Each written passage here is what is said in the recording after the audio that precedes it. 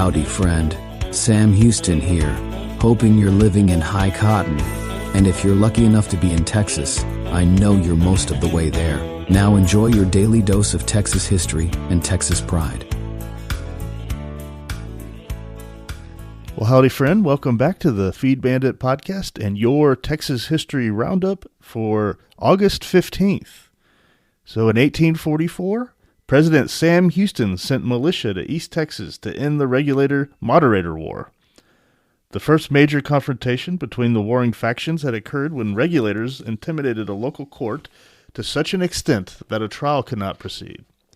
Regulator Charles W. Jackson was being tried for shooting moderator Joseph Goodbread before Judge John M. Hansford, a friend of Goodbread.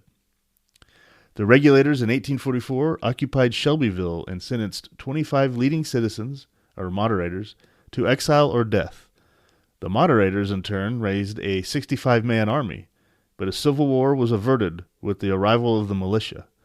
Leaders of both parties surrendered and were released with a pledge of peace. In 1860, Angelina B.P. Eberly died in Indianola.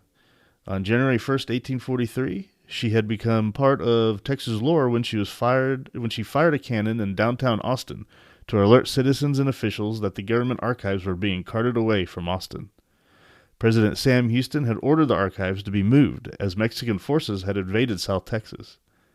The Carton archives were intercepted near Brushy Creek by a vigilance committee under Captain Mark B. Lewis, and we returned to Austin.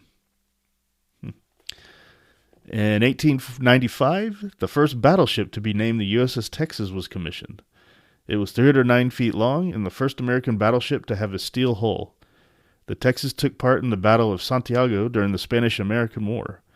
It was renamed the San Marcos in 1911 so that the name Texas could be assigned to a newer and more modern ship. In 1935, an airplane crash in Alaska killed Wiley Post and Will Rogers. Post had become one of the best-known flyers in the world after his flight around the world with navigator Harold C. Gatty in 1931, and a similar solo flight in 1933.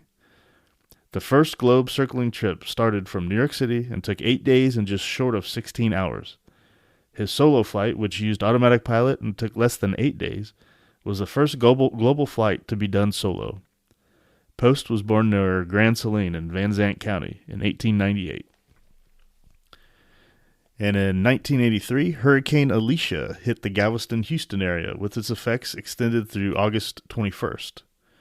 Its winds reached 130 miles per hour and caused 18 deaths and $3 billion in property damage.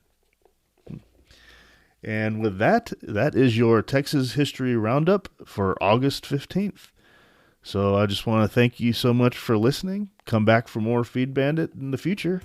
We'll talk to you tomorrow, and you have a great day. Take care.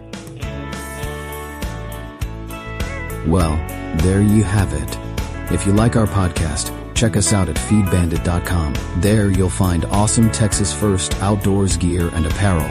Your purchase helps support the Bandits and keeps this podcast on the air, fighting for you and for Texas. Remember, preserve the tradition, protect the legacy. Until next time.